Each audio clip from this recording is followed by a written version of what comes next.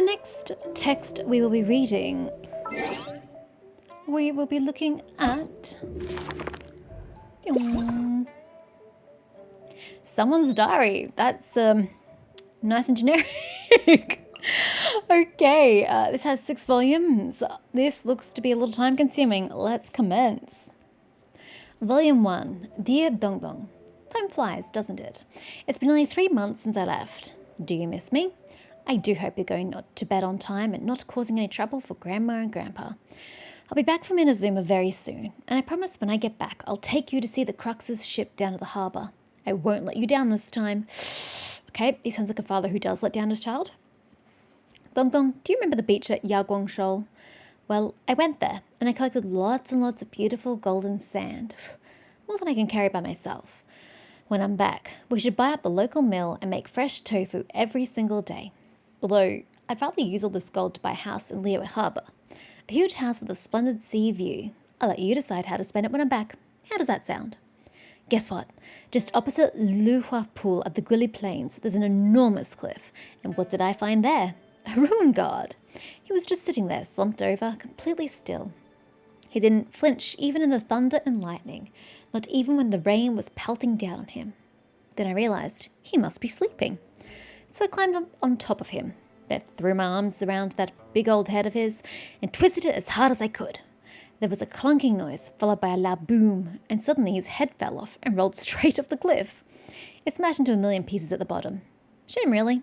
Otherwise, I would have brought it home as a trophy, and you could have had a proper up-close look at what a ruin guard's head looks like. Imagine that. Why does he keep talking about his travels in Liyue? Is he just trying to make his child want to go be an adventurer? Because it's not like he can share these experiences with his kid because he's not there for him. I also went to Juancast. I must take you there when you're older. The scenery there is incredible. The billowing clouds look like an ocean. The waterfall is infinitely better than the one at Ting's Village. And does his son live with his grandparents in Ting's Village? I mean, that kind of makes sense because, old people. And you can sometimes catch a glimpse of the realm of the Adepti in the mountains. You can't begin to imagine how beautiful it was. And guess what? You're not going to believe this, but I met an actual, real-life Adeptus. Yeah, okay, now we're getting a little too far-fetched. I was kind of buying the previous expeditions. This, not so much. We sat and drank together, chatting and laughing away. The Adeptus gave me a gift too, a magic wine bottle. All you need to do is blow on it, and an infinite supply of wine will flow from the inside. That doesn't sound like an Adeptus gift, that sounds like a venti gift. You absolutely mustn't touch it though. Do you understand? You're way too young to drink. When you're older though, all my treasures will be yours to do with as you please. My adventures in Liyue are coming to an end. It's time for me to head to the harbour, where I'll hop on the Crux's ship and sail off to somewhere even farther away. I'm excited to see what wonderful sights and valuable treasures are waiting for me at the next stop, and I can't wait to share them all with you. Until then, Dong Dong, please make sure you go to bed on time every night, and don't eat too many sweets, they'll rot your teeth. Please also be nice to your grandma and grandpa. Seriously, don't do anything to make them mad. And no fighting. I'll be home soon. Lots of love, Daddy. Okay. I don't know what this guy's name is, but he's on track to be getting worst father of the year. And it's not even about making money. He just wants to go see some sights and shit by just leaving his kid behind and living his best life. You get 0 points for parenting. I don't like you already, whoever you are. And I hope your child learns to get over his resentment for you as he grows older. Volume 2, Yaguang Shoal. The fog is setting in again. The idea of penning for gold here has turned out to be a complete waste of time. I should have known not to trust this old mining crew. It must have been several decades since I last had them retired. Every last bit of information they gave me is completely out of date. Utterly useless. Hey, buddy, you consider getting a real job? This is turning into a complete farce. I would say I'll be going home empty-handed tonight, but the chances of me finding my way home at all in this fog are looking slim. I hope Dong Dong's eaten dinner. Oh, he's not even addressing us to his kid. Okay. So now we're just reading some random diary. I mean, it's literally someone's diary, so I guess that makes sense. I can hear hilichurls somewhere in the distance. I have no idea where I'm going in this fog, so I suppose I'll just focus on walking away from the hilichurls' voices. Hopefully, I'll make it out alive. I don't know how long I've been walking, and in this fog, I don't even know if it's daytime or nighttime. Hang on, are those silhouettes I see up ahead? Yeah, but why are you riding while you're walking? Especially since you're in the fog and you wouldn't be able to see what you're riding. This is really logistically not probable. By the good grace of the dear Lord, maybe I can join along with them and find a way out of here. Yep, that's what I'm going to do. Hooray, I'm saved! On closer inspection, the silhouettes don't look like friendly creatures. I've decided to set up camp here and wait for them to leave before figuring out my next move. I might have to go back the way I came. Yigats! I can hear hilichurls all around me. I should definitely... End of diary content. Volume 2. Gwilly Plains. What a string of bad luck. I finally made it out of that hilichurl camp alive, only to end up nearly being killed by a ruin guard. I figured it was probably out of action, given the way it just sat there completely motionless in the torrential rain. But then a bolt of lightning struck it, right on the head. There was some whirring and grinding, and suddenly it was back to life. I was powerless to defend myself against it. It lifted me up like a baby bird and tossed me from the top of the cliff. Luckily, amidst my frantic scrabbling, I managed to duck into a cave at the foot of the cliff. It was out of his line of sight, so it gave up trying to find me. Oh really? They don't do that for me. They just keep trying to shoot me. If not for that cave, it'd have ripped me to shreds, thrown me to the ground, and then stomped me into... I don't even know what you'd call it by that point. Surely it must be well away from here by now. Even so, I can still hear the droning noise it made, like a swarm of bees buzzing around inside my head. I think I must have broken my arm, because it hurts when I put any pressure on it.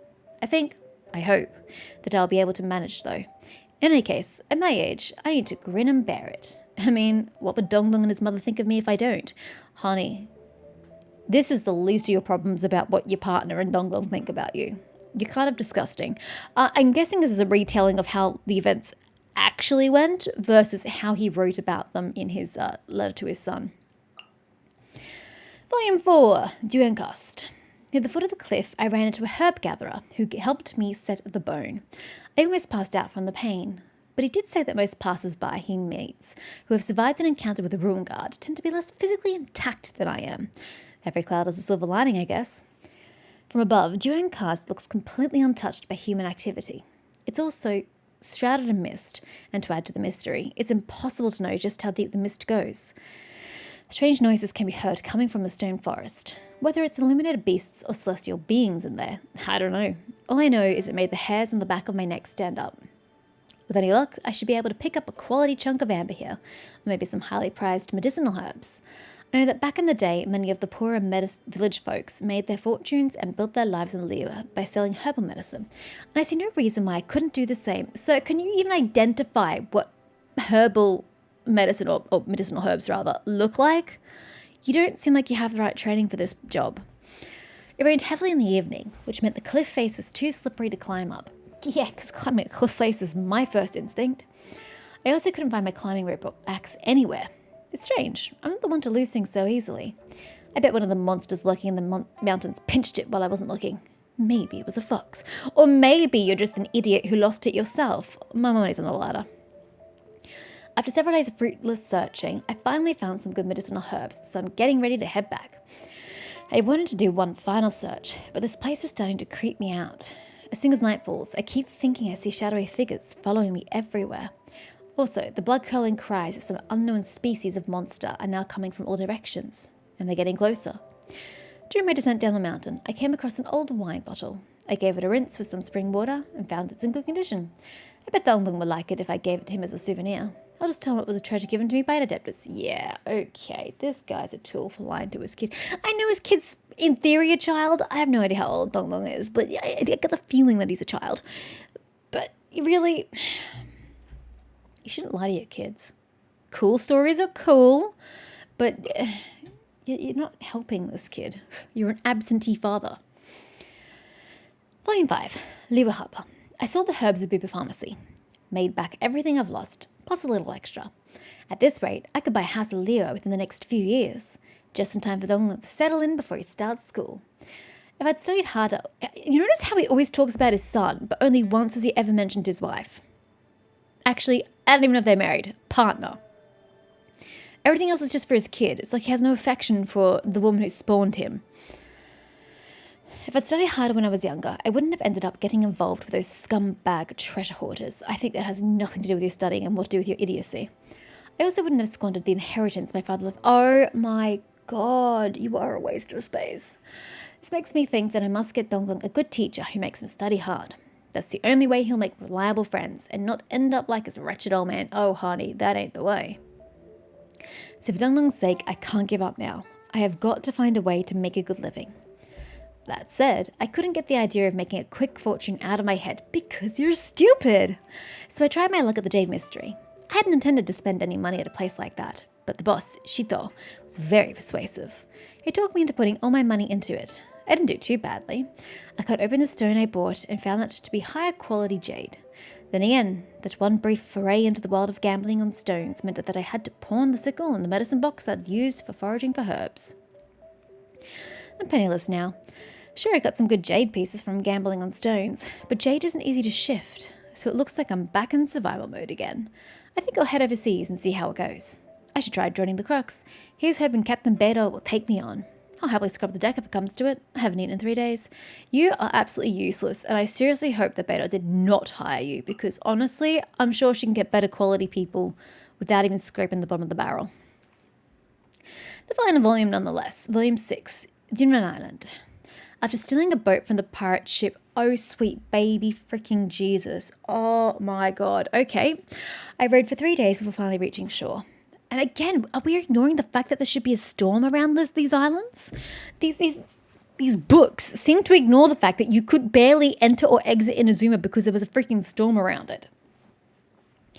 From here I can see the legendary Takayama on Narukami Island, along with the giant sakura tree that grows on it.